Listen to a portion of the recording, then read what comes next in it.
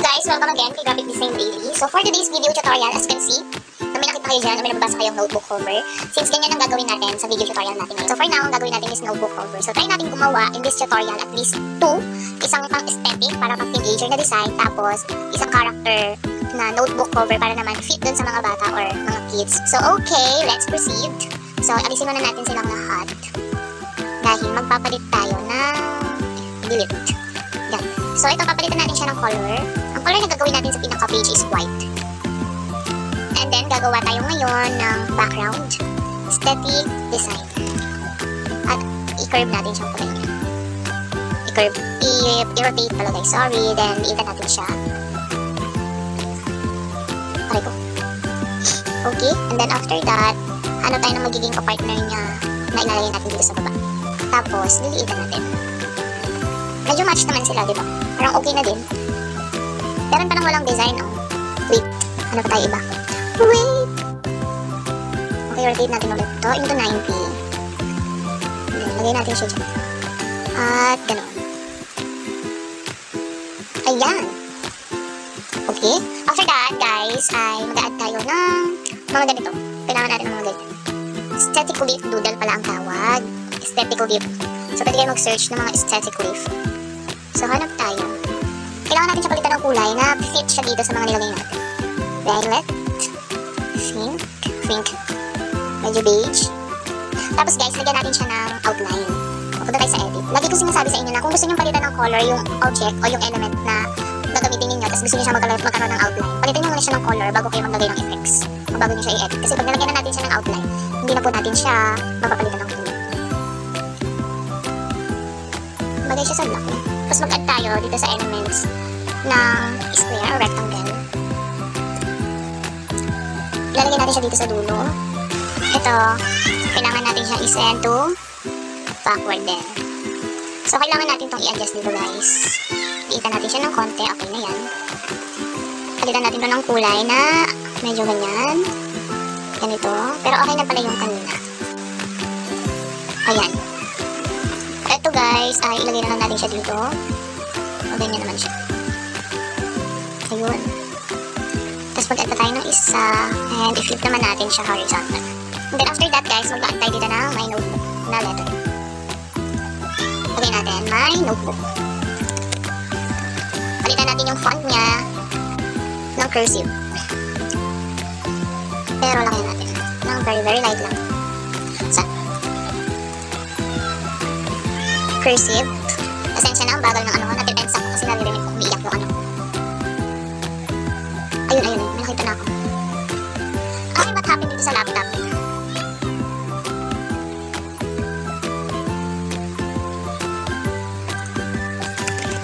Cursive. Ito, alluring. Ito yung favorite ko. Kapag gusto ko ng medyo bold. Ay, ang ganda. Sweet apricot.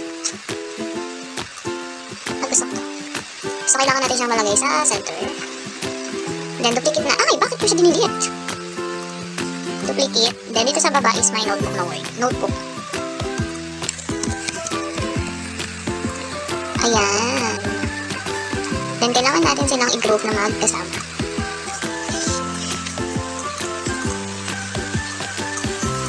Para ma-adjust natin sila na magkasama din. Then, try natin mag-add ng mga sparkle. Dito sa elements pala.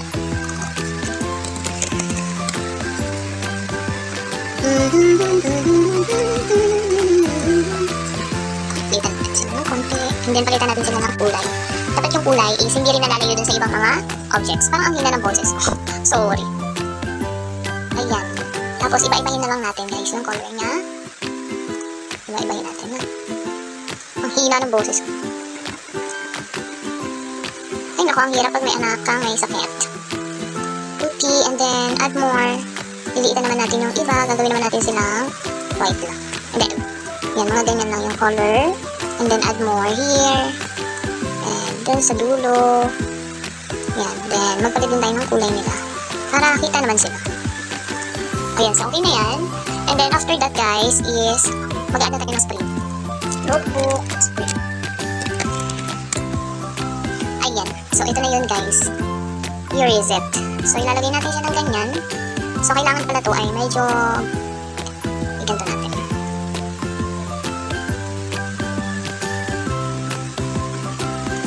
Position, kailangan natatakpan to. Punta tayo sa position layer.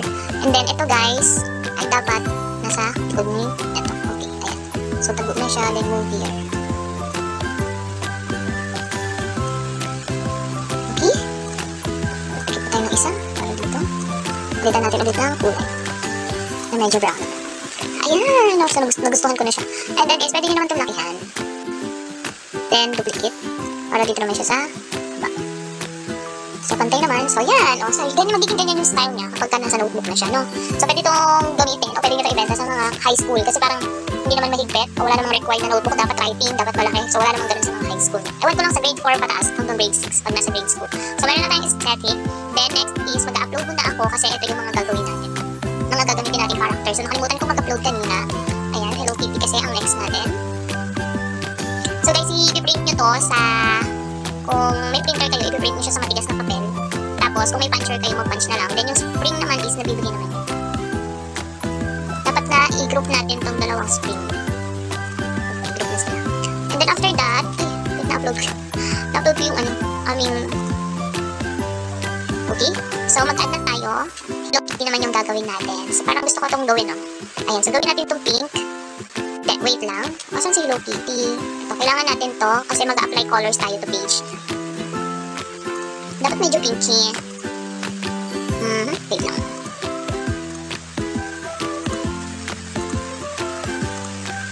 Yellow, pwede din naman. Pero dahil, diba, kilala natin sa Hello Kitty na may pink. So, dapat pink. Wait. Why is it so hard? Ayun, may photo color naman pala. So, ganun na lang yung gawin nyo guys. Kapag may photo color, na lang kayo mag-photo color. Pero bakit hindi nakukuha yung pink mismo?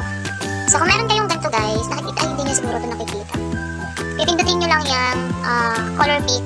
Then, click nyo to. I-click ko yung gusto kong pink na nasa naka-Hello Kitty copy. Then, need to extract one. Then, i-trace ko lang siya dyan. Ayun. So, that it is. Ewan ko lang kung nakita dito sa ating recording. And then, after that, ay mag-add na tayo ng mga face ni Hello Kitty. So, try natin siyang gamitin at i-background remover natin. Okay? So, ito yung gusto ko kasi nangyari, guys. So, mag-add na tayo ng mga mukha ni Hello Kitty. Kahit saan nyo siya i-add, walang problema. Pero maganda siguro na mas lighter pa dito yung shade ng ating yan. So, okay. Hindi, okay na to. Or ito. Okay, mas okay. Then, mag-add muna tayo guys pala ng rectangles. And then, mag-add tayo. Ito yung gawin natin dark pink. Okay, ya. Ipantay natin sa color ni Hello Kitty dito sa face niya. O, yan. Very good.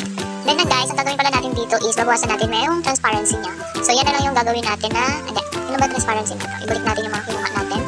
Ang transparency natin ay 64. So, para sabay-sabay natin silang mapalitan ng transparency, click nyo yung sa keyboard niya sa laptop yung shift, then i-click nyo yung mga objects na gusto ninyo. Pag sabay-sabay yung i-adjust. Then transparency, then click that and make to gawin yung 64. Ayan, okay na yan. And then, damihan lang natin. Walang problema dyan. Mas maganda na may mga ribbons talaga, no?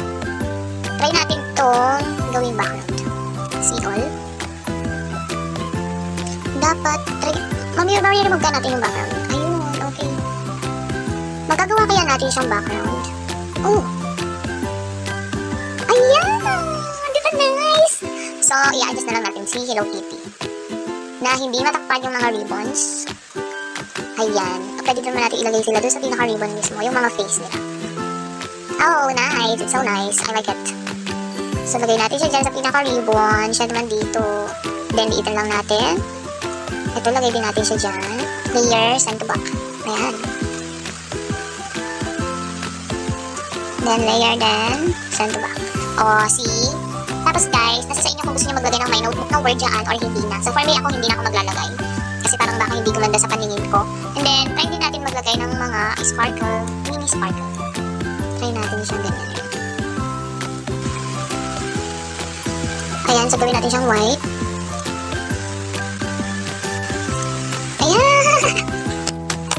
Ang nice! So, hindi na natin, no need na natin ilagay siya o i-send to back. Walang problema siya. And then, mag-add na tayo ulit ng notebook spring. So, since may ginamit naman na tayo, dito na tayo sa recently used notebook na. So, we gotta put it here. And then, adjust natin. Okay, then duplicate.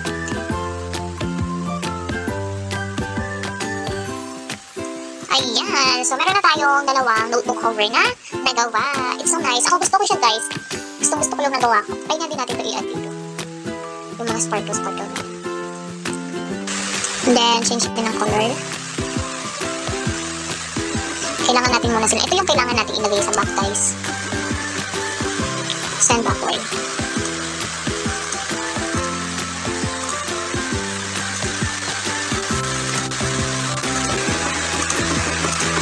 Ayan, oh, medyo okay din naman.